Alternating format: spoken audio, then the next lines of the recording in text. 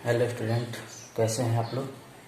पिछले वीडियो में कक्षा 10 वाले फिजिक्स में गोलीय दर्पण से प्रतिबिंब बनने के नियम का अध्ययन किए।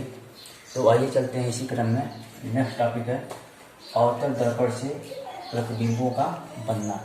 अब चूंकि अवतल दर्पण में दोनों आता है, उत्तल दर्पण और अवतल दर्पण।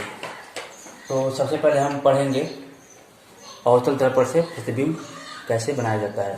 तो जब अवतल दर्पण के सामने वस्तु को कितनी दूरी पे कहाँ कहाँ रखेंगे तो उसका प्रतिबिंब कहाँ कहाँ बनेगा, कैसे बनेगा और किस प्रकार बनेगा। तो सबसे पहले हम जानेंगे प्रतिबिंब क्या होता है, जिसको बोलते हैं इमेज। तो इसका डेफिनेशन ये हो जाएगा कि जब दो या दो से अधिक प्रकाश की किरणें परावर्तन या अपवर्तन के बाद जिस बिंदु पर आकर मिलती है या मिलती हुई प्रतीत होती है, प्रतिबिंब कहलाता है। यानी जहां आकर के मिलती है वहीं पे प्रतिबिंब बनता है। अब प्रतिबिंब में दो प्रकार का होता है, वास्तविक प्रतिबिंब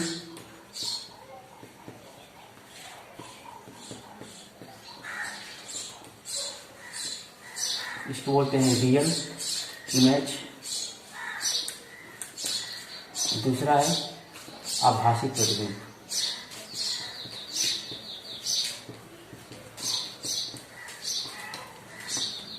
इसको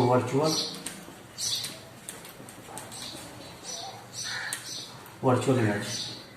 तो वास्तविक प्रतिबिंब क्या है कि वे प्रतिबिंब जो पर्दे पे प्राप्त किया जा सके उसे वास्तविक प्रतिबिंब कहते हैं। अब जैसे ये सिनेमा हॉल का जो पर्दा होता है तो उस पे जो इमेज आता है वो वास्तविक प्रतिबिंब होता है।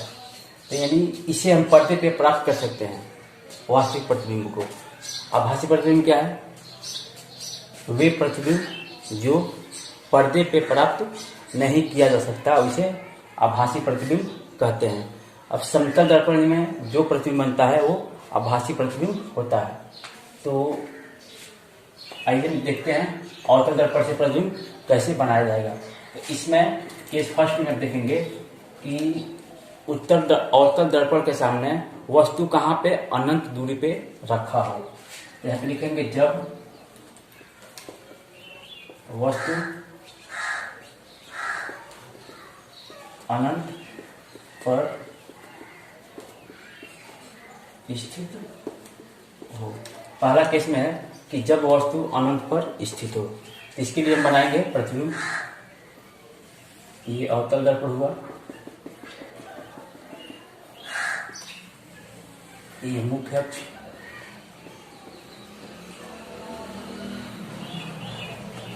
ये P और ये F और ये C। यानी P और F के बीच की दूरी जितनी होगी सेम दूरी F और C के बीच की होनी चाहिए।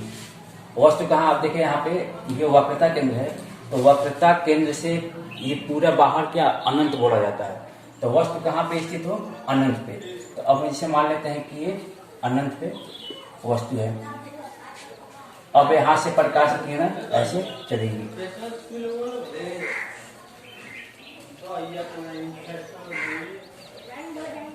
अब ये बात जानेंगे कि जब भी कोई वस्तु अनंत पर स्थित हो तो वहां से प्रकाश की किरणें एक दूसरे के समांतर आती है। तो ये वस्तु कहाँ पे है? अनंत पे है। कहाँ पे है? अनंत पे। तो इससे चलने वाली प्रकाश की किरणें कैसी आएंगी? एक दूसरे के समांतर ही आएंगे। तो ये पहला हो और ये दूसरा। अब यहाँ पे देखेंगे ये दोनों किरणें एक दूसरे के समांतर आ रही है। और फिर यहाँ देखेंगे ये मुख्य अक्ष है, तो मुख्य अक्ष के समांतर भी है ये। तो नियम में बताया गया है, फर्स्ट नियम में, कि मुख्य अक्ष के समांतर चलने वाली प्रकाश की किरणें दर्पण से परावर्तन के बाद मुख्य फोकस बिंदु से होकर ही जाती है। तो फोकस बिंदु ये है, यहाँ से ये परावर्तन होकर के ऐसे चली जाएंगी। फिर ये दूसरा किरण है, परावर्तन के बाद फोकस बिंदु से होकर चली जाएंगी। तो जहाँ पे ये दोनों किरणें परावर्तन के बाद मिल रही है वहां पे बनेगा इमेज। तो यहाँ पे कल्पना करेंगे कि इमेज कैसा बनेगा। तो फोकस बिंदु पे बनेगा, उल्टा बनेगा, वास्तविक बनेगा और कहाँ बनेगा? फोकस बिंदु पे यहाँ पे नीचे लिख देंगे प्रतिबिंब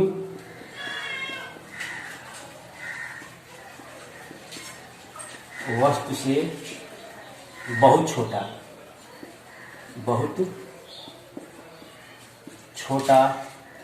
कमा उल्टा भी बनेगा। और जो भी प्रतिबिंब अगर उल्टा बनता है तो वास्तविक होता है, उल्टा वास्तविक तथा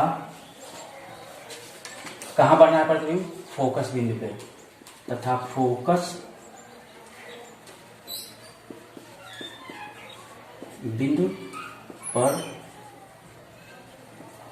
बनता है। यानी फोकस बिंदु बन रहा है, इसका मतलब कि एक बिंदु के आकार का ये बन रहा है, यानी बहुत छोटा, यानी बिंदु के आकार का प्रतिबिंब वस्तु से छोटा, बहुत छोटा, उल्टा, वास्तविक तथा फोकस बिंदु पर बनेगा। यानी जब भी प्रतिबिंब अगर उल्टा बनेगा तो वो वास्तविक ही होगा। अब जैसे मान लेते हैं यहाँ पे ये देखेंगे, ये कोई वस्तु है, इसको बिंब भी बोलते हैं। क्या बोलते हैं? बिंब। वस्तु को बिंब भी बोलते हैं। यहाँ सीधा है, अगर ऐसे कर देंगे तो ये उल्टा हो गया। तो ये प्रतिबिंब कैसे बना होगा? ऐसे ही बना होगा, बहुत छोटा, ऐसे ही बन सकता है।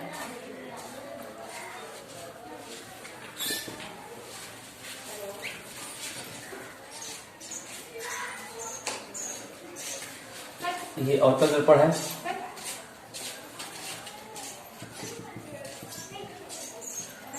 ये मुख्य अक्ष, ये F और ये C। तो वस्तु कहाँ पे है? अनंत पे है। तो अनंत से आने वाली प्रकाश की किरणें कैसी होती है? एक दूसरे के समांतर होती है। तो ये दोनों किरणें अनंत से आ रही है, कैसे? एक दूसरे के समांतर। तो ये पहला किरण ये फोकस बिंदु से आ रही है। तो फोकस बिंदु से जाने वाली प्रकाश की किरणें दर्पण से परावर्तन के बाद मुख्य अक्ष के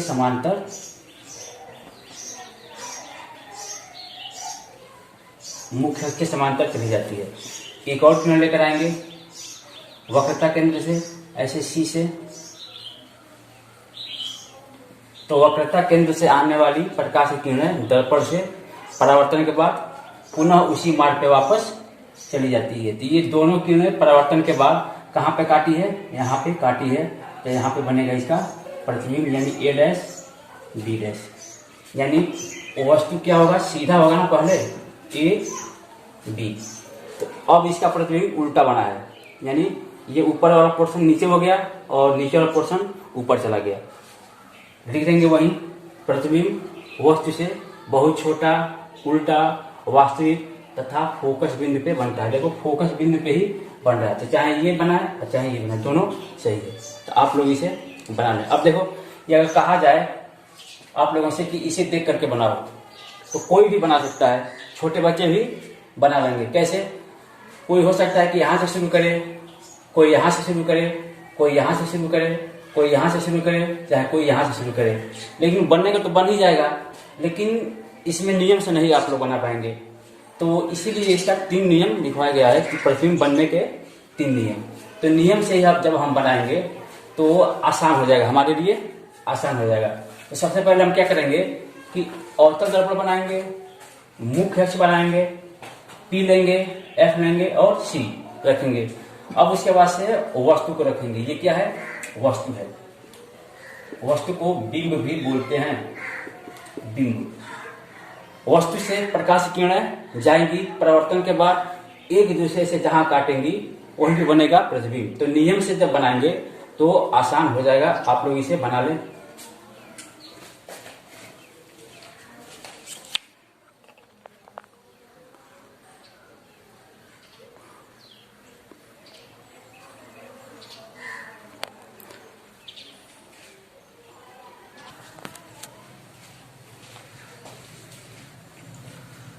दूसरा है जब वस्तु वक्रता केंद्र तथा अनंत के बीच स्थित हो। यानी इसके पहले वस्तु कहाँ था? अनंत पे, यानी बहुत दूरी पे। तो इसका प्रतिबिंब कैसे बना आप लोग देखें। अब वस्तु कहाँ पे रखा जाएगा? अनंत और वक्रता केंद्र। C के बाद क्या होता है? पूरा अनंत होता है। तो वक्रता केंद्र और अनंत के बीच यहाँ पे हम वस्तु को रख देते हैं। ये वस्तु है, वस्तु सीधा है ए बी, ये वस्तु है। अब यहां से प्रकाश की किरण ऐसे जाएगी,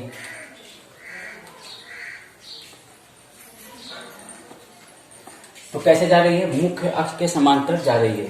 तो दर्पण से परावर्तन के बाद कहां से जाएगी? फोकस बिंदु से होकर जाएंगी। तो ये फोकस बिंदु से ऐसे चली गई। प्रतिबिंब बनने के लिए मिनिमम 2 किरण की जरूरत होती है। तो पहला किरण हो गया, एक और किरण हमको चाहिए, तो हम सी से ले चलते हैं। कहां से ले चलते हैं? सी से। तो सी से जाने वाली किरणें दर्पण से परावर्तन के बाद पुनः उसी मार्ग पे वापस चली जाती है। ये दोनों किरणें परावर्तन के बाद कहाँ काटी है? यहाँ पे काटी है। तो यहाँ पे बन जाएगा इसका प्रतिबिंब। ये हो जाएगा ए डैश और ये बी डैश। अब देखेंगे ये वस्तु है और ये प्रतिबिंब है। तो वस्तु की अपेक्षा प्रतिबिंब क्या है? बहुत छोटा बना है। तो यहाँ पे लिख लेंगे प्रतिबिंब वस्तु से छोटा। और कैसे बना है? उल्टा। उल्टा जब भी बनता है तो वास्तविक बनता है। वास्तविक तथा कहां पे बना है? एफ और सी के बीच में, यानी फोकस बिंदु और वक्रता केंद्र के बीच बना है। तथा यहां पे देते एफ और सी के बीच बनता है। बस बन गया। आप लोग यहां से बना सकते थे।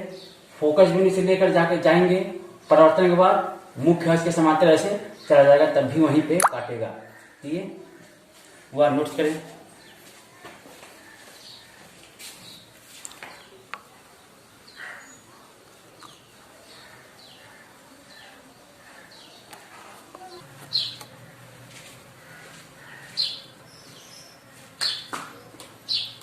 तीसरा है जब वस्तु वक्रता केंद्र पर स्थित हो। इसके चलते हम बनाते हैं ये अवतल दर्पण, ये मुख्य अक्ष, ये पी एफ और ये सी। कहां पे वस्तु स्थित हो? 2 केस में आप लोग पहला केस पढ़े अनंत पे, उसके बाद से और वक्रता केंद्र और अनंत के बीच यहाँ पे। अब वस्तु कहाँ रखेंगे? सी पे रखेंगे, वक्रता केंद्र पे। तो वक्रता केंद्र पे हम वस्तु को रख रहे हैं ए बी। अब बनाते हैं इसको। यहां से चलने वाली प्रकाश किरण मुख्य अक्ष के समांतर जा रही है, तो दर्पण से परावर्तन के बाद फोकस बिंदु से होकर ही जाएंगी। फोकस बिंदु से ली गई। एक और किरण चाहिए, फोकस बिंदु से ही जाएगी, क्योंकि सी से जाएगी नहीं, क्योंकि सी पे स्थित है। तो फोकस बिंदु से ले चलते हैं। फोकस बिंदु से जाने वाली प्रकाश की किरणें मुख्य अक्ष के समांतर चली जाती है। अब यहां से मुख्य अक्ष के समांतर चली जाएंगी। तो कहां बन रहा है प्रतिबिंब? यहाँ पे कट रहा है, यहाँ पे बनेगा प्रतिबिंब ए डैश और ये बी डैश। अब देखेंगे ये वस्तु है और ये प्रतिबिंब है, दोनों बराबर बना है। देखेंगे यहाँ पे प्रतिबिंब वस्तु के बराबर। और कैसे बना है? उल्टा। और कैसे बना है? वास्तविक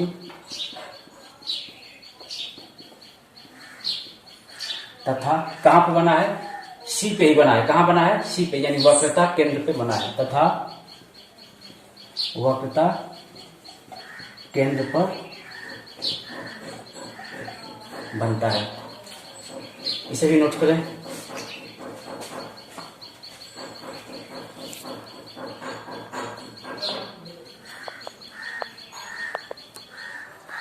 बाकी आप लोग नेक्स्ट वीडियो में पढ़ेंगे।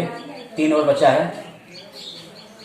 पहला यहाँ पे सी और एफ के बीच रखेंगे, चौथा 5वां रखेंगे, एक पे रखेंगे, और 6वां रखेंगे पी और एफ के बीच रखेंगे।